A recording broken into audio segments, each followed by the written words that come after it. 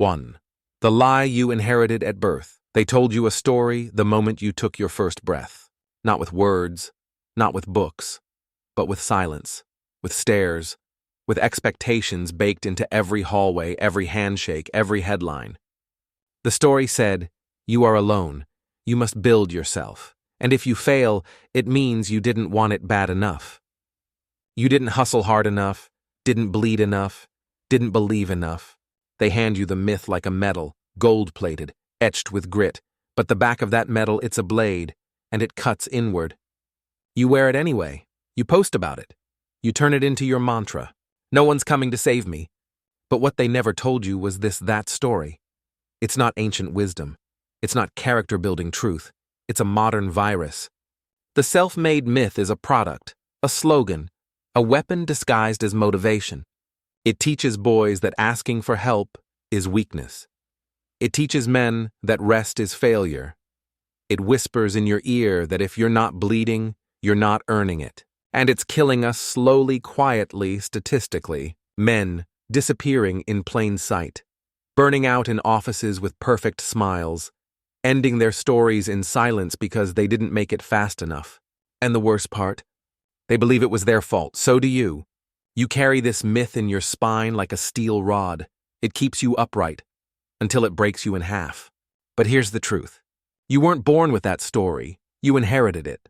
And like every toxic inheritance, you have the right to burn it. Let's start there. 2. The invisible inheritance.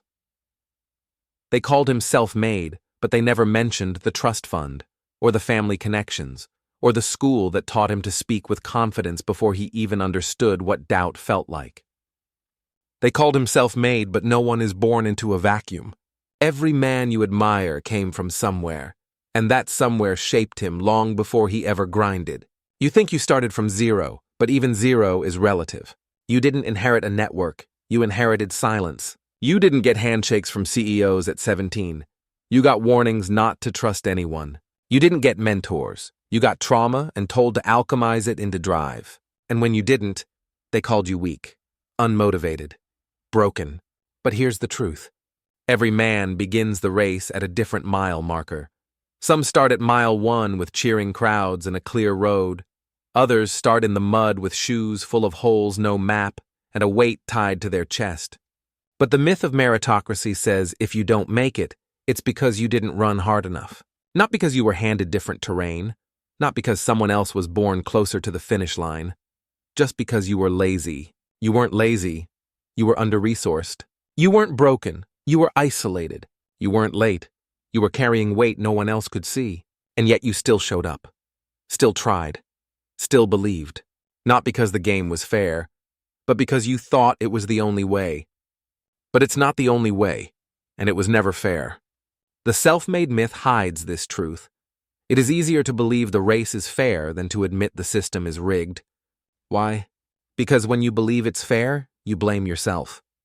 But when you admit it's rigged, you get angry. And angry men don't buy self-help books. They burn the system down. Let's talk about that fire. 3. When hustle becomes self-harm. You call it hustle, but it looks a lot like self-harm. You tell yourself you're building something, but it feels more like you're running from something. 12-hour days, 18-hour grinds, no weekends, no rest, no stillness. You call it purpose, but deep down, it's punishment.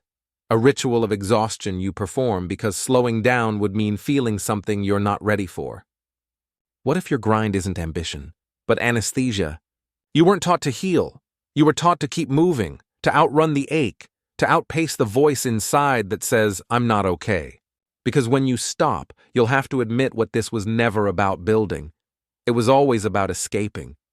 You never had time to cry, so you overscheduled yourself into emotional silence. You never had space to be held, so you built a fortress of productivity. You never had anyone to hear your rage, so you buried it beneath deadlines and caffeine. And the culture claps for it. It celebrates your burnout, worships your suffering as long as you don't bleed too visibly. They say he's killing it. But you're the one being killed. You know what's wild? If a man drank himself to sleep every night, we'd call that self-destruction. But if he works himself to death, we call it drive. The hustle myth turned your healing into guilt. It turned your need for rest into evidence of weakness. And worst of all, it made you feel noble for dying slowly. But this isn't noble. It's numbness with a calendar invite. It's trauma, dressed up in ambition. And no, grinding isn't always toxic. But when your drive is fueled by fear, shame, or the need to prove you're not worthless, you're not building, you're breaking. You don't need more hours. You need permission to stop punishing yourself for not being everything to everyone all the time. And the truth is, you were never meant to do it alone. Let's talk about the lie behind that too. 4. The religion of personal branding. Somewhere along the way, be yourself was replaced with sell yourself. You stopped being a person. You became a product, curated, filtered, marketable. You were told to find your niche, to pick a color palette, to design your life like a storefront window. They said your authenticity is your brand. But if your truth has to fit a market, it's no longer truth. You're not building a life. You're building a performance of it. You're not asking, what do I love? You're asking, what would they click on? You're not self-made. You're self-marketed. And worst of all, you've forgotten the difference. You polish your LinkedIn voice. You optimize your vulnerability. You post about your darkness with just the right lighting. Your pain has become promotional. Your breakdowns have become branding assets. And every day the algorithm is watching, not for your truth, but for your performance of it. You don't cry. You post a reflection caption. You don't process grief. You make a reel about resilience. And if you dare to disappear, the market forgets you. So you stay, not to grow, but to be seen, to exist, through metrics. This isn't connection. It's performance addiction. It's spiritual burnout hidden beneath aesthetic calm. And it's lonely, because no one knows the you behind the version you branded. And the scariest part, you don't either. There is a part of you that doesn't care about market fit, that doesn't speak in sound bites, that doesn't want to be digested in 15 seconds. That part of you, he's still alive, just buried. And he's the one who's breaking behind all the beautiful packaging. Let's go talk to him. 5. When men break in silence. He didn't leave a note. He didn't scream. He didn't ask for help. He just disappeared, still in his work clothes, still replying to emails the night before, still smiling in photos posted that same week. He wasn't dramatic. He was obedient to silence. They say men are stronger, but what they really mean is men are better at hiding pain. You were never told how to ask for help. You were told to man up, to figure it out, to take it on the chin.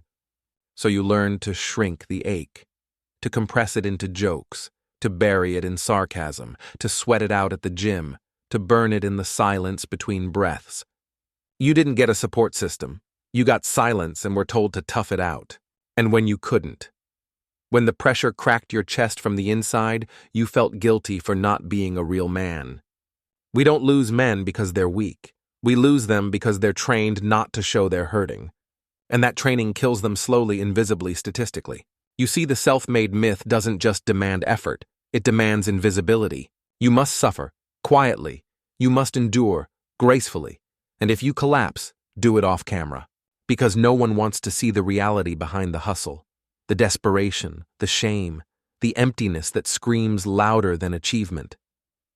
This is how men break, not with explosions, but with a whisper as their soul slips beneath the noise of being fine. And here's the worst betrayal. The more pain you hide, the more people respect you. The quieter you suffer, the more they say he's strong. Until one day, you disappear and they call it a tragedy. But it wasn't a tragedy. It was a training outcome. What if we told a different story? Where strength wasn't silence, but self-awareness. Where breaking didn't mean you failed, but that you finally refused to carry it alone. What if men were allowed to bleed and still be believed? Let's go further into the roots of this sickness. 6. The myth of independence. You were told independence is strength, but no one told you independence can also be exile. They gave you a script: don't rely on anyone, don't ask for help, don't need, don't feel, handle your own shit. So you did. You pulled yourself up, you moved in silence, you bled without witnesses, you survived on applause you never received.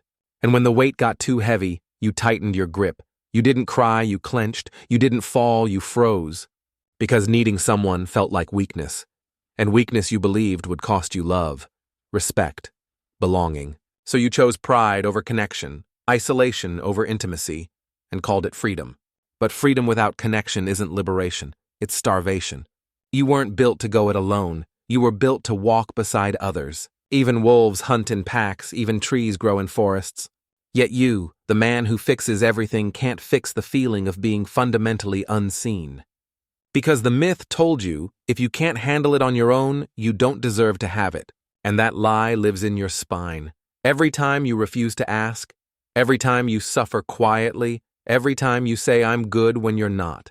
You think you're protecting your pride, but you're really protecting your wounds. From air, from light, from healing. You weren't born to be independent. You were born to be interdependent. Because the strength of men was never about standing alone. It was about knowing when to reach. Real power is not needing no one. Real power is needing and asking anyway. It's not the absence of need. It's the courage to admit it in a world that punishes you for it. Let's talk about how that punishment works and how the rugged lies we glorify have silently destroyed generations. 7. Rugged lies and ruined lives.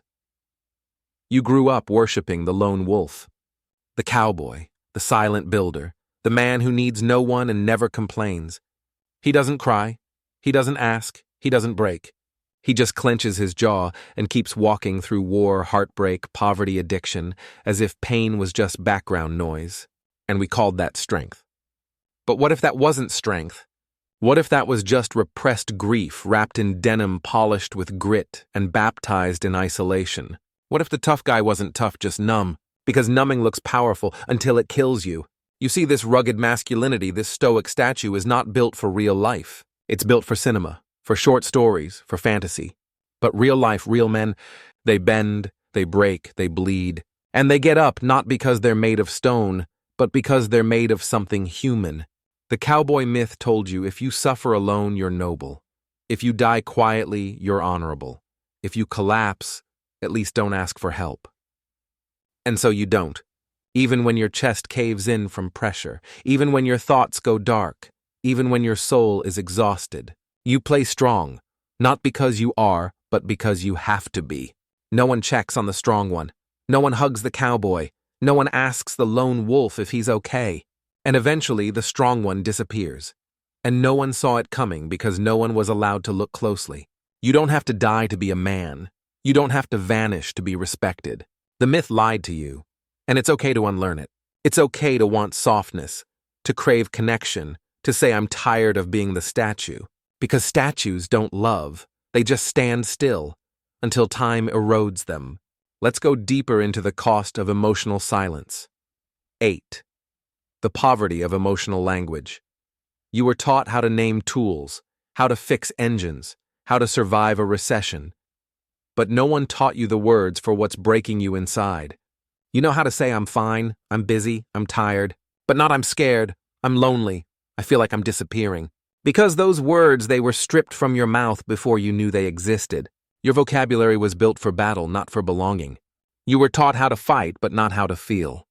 So when sadness came, you called it weakness. When grief came, you called it inconvenience. When heartbreak came, you called it distraction. And when rage came, you finally had a word that the world accepted. So you used it everywhere.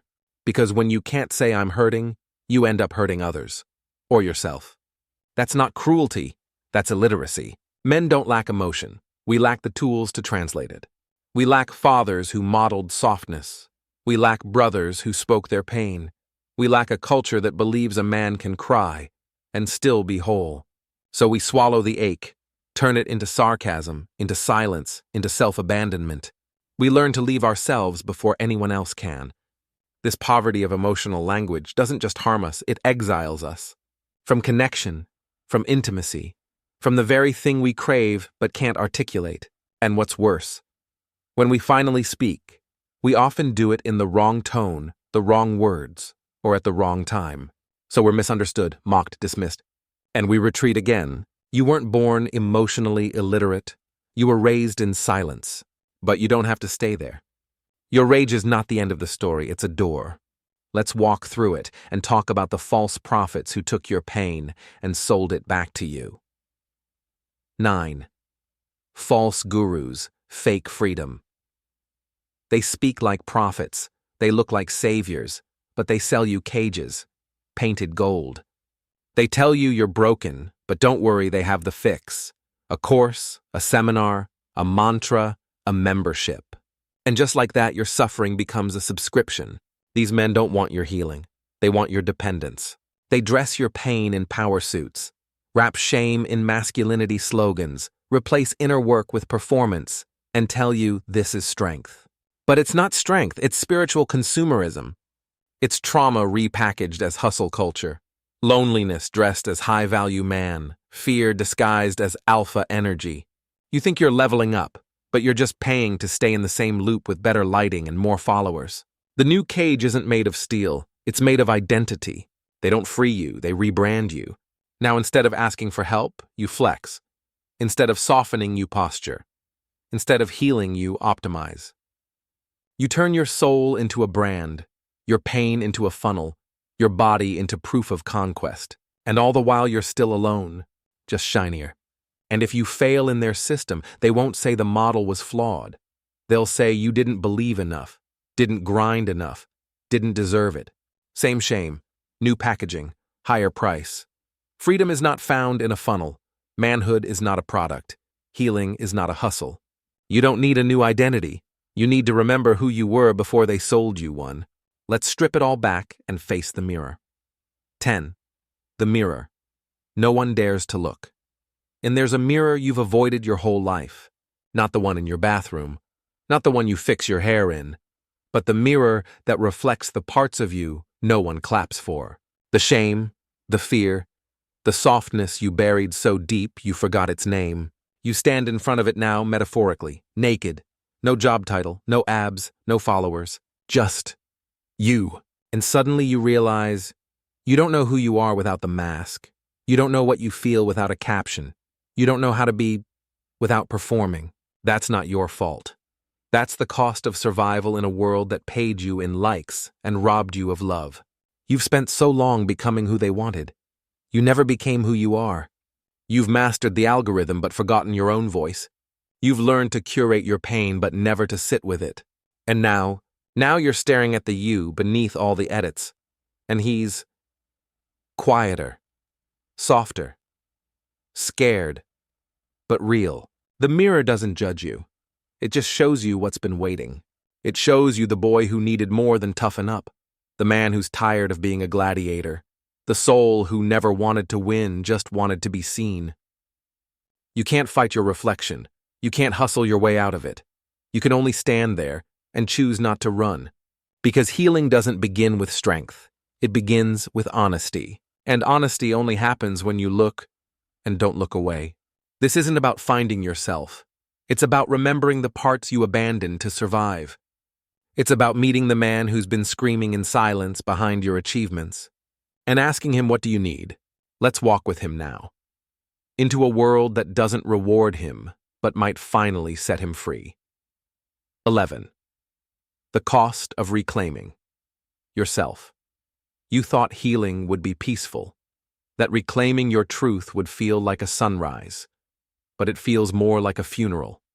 Because to reclaim yourself, you have to bury the version of you they celebrated. The hustler, the always okay guy, the provider, the performer, the brand. You don't just outgrow them, you grieve them. Because they weren't just roles. They were how you survived. You wore them like armor, and now you're asked to walk naked into the world. Reclaiming yourself means disappointing the people who only loved your mask. It means losing applause, losing status, losing certainty. Because the truth doesn't trend, healing doesn't go viral, and real wholeness rarely gets a standing ovation. You may become quieter, less motivational, more grounded, more honest. You may lose followers, but you gain yourself. You may lose access to old rooms, but you finally come home to the one that matters, your own soul. And that transition, it's terrifying. Because you're not just letting go of who you were, you're stepping into a man you've never met before. One who isn't driven by fear, one who doesn't need to prove, one who isn't addicted to being liked, one who is enough. This is the part they don't put in the self-help books. The loneliness, the grief, the rage of realizing you played a role that was never yours. But this grief is holy. It's the death of the lie, and the birth of the man underneath. Let's sit with that death and prepare for what comes next. 12. The death of the self-made man. He was never real. The self-made man, the legend of the lone builder, the myth of the unbreakable male, the story of the man who needed no one and conquered all. He was a ghost, an invention, a dream sold to boys before they ever knew what they were trading away. You believed in him. You tried to become him, and for a while, it worked. People admired your strength, respected your hustle, feared your silence. But inside, you were bleeding, begging, breaking with a smile. You thought becoming the self-made man would save you, but it only disguised your collapse. And now he has to die, not with shame, but with reverence, because he kept you alive. But he cannot take you further. The self-made man wasn't built for healing. He was built for hiding. He didn't ask. He didn't rest. He didn't feel. He didn't love. He just built and bled and broke until the applause faded and no one noticed he was gone. He was a survival mechanism, not a destiny. And now it's time to bury him, not as a failure, but as a father figure who brought you this far and who must now step aside so you can become something he could never imagine, whole. You are not the self-made man. You are the son of silence, the child of performance, the man learning how to unlearn everything that hurt him. You don't have to prove anymore, you just have to breathe. Let's take that breath and begin the life that starts after the myth. 13. What power feels like. When it's real, it doesn't feel loud. Real power is not a scream, not a flex, not a speech that makes the room go quiet. It's a stillness, a groundedness, a man who walks into a room without needing to dominate it because he already belongs to himself. Real power doesn't need an audience. It needs alignment. It's not about being feared. It's about being clear. You know what you stand for. You know what you'll walk away from. And you don't need permission because your soul stopped outsourcing its self-worth. There's no mask, no script, no emotional debt owed to strangers. Just truth. Owned, spoken, lived. You don't chase anymore. You choose. You don't perform. You presence. You don't obey fear. You befriend it. Power is not control. Power is clarity. And clarity is the byproduct of truth. Not borrowed beliefs, not podcast buzzwords, not motivational noise, but truth that cost you everything that was false. And when you walk from that place, you speak less, but mean more. You help more, but expect less. You trust slower, but love deeper. You are no longer addicted to being liked. You are committed to being honest. And that is terrifying to the world, but finally safe to yourself. This is the man the self-made myth feared you'd become because he couldn't control you anymore. You are no longer made, you are revealed. Let's step into that full self and meet the boy we once abandoned on the way here. 14. Reuniting with the boy you buried. He didn't go anywhere. The boy you buried, he's still there. Still waiting, still hurting, still believing that maybe one day you'd come back for him. He's the part of you that used to laugh without performing, cry without shame, dream without limits. The part that felt everything too much and was told, "You're too sensitive. Grow up. Be a man." So he shrank, he hid, he went silent. Not because he was weak, but because you had to survive. And softness didn't help you survive, so you locked him away. But he never left. He's been crying through your rage, begging through your perfectionism, hiding inside your ambition. And now? He's on the other side of the mirror, looking at you, older, tired, still waiting. Reclaiming your wholeness means not just building new strength, but rescuing old innocence. It means holding the hand of the boy inside you, not to fix him, but to let him exist again. To tell him you're safe now. You don't have to be alone anymore. I remember you. And when you do, you'll feel your shoulders drop, your jaw loosen, your chest open, because you're not pretending anymore.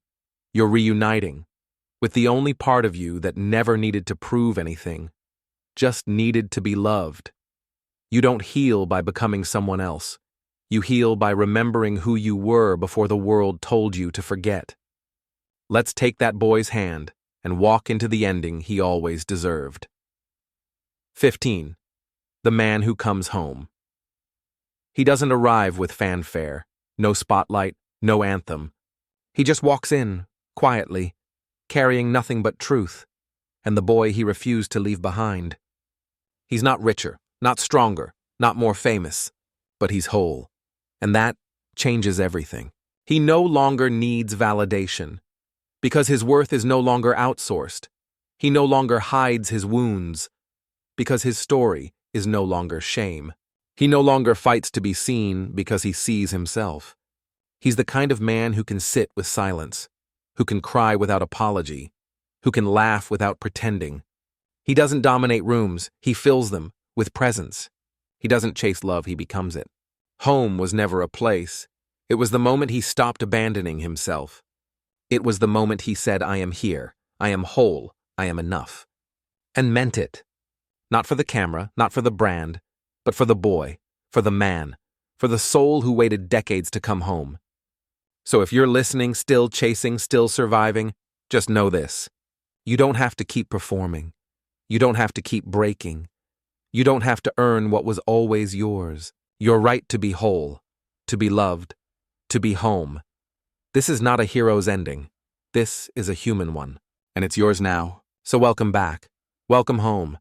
If this story stirred something inside you, share it, not for numbers, but for someone who's still pretending they're okay. Comment below, what mask are you ready to drop? Let's build something different, not another hustle, but a haven. Subscribe, not to chase success, but to remember what truth feels like. You're not alone anymore.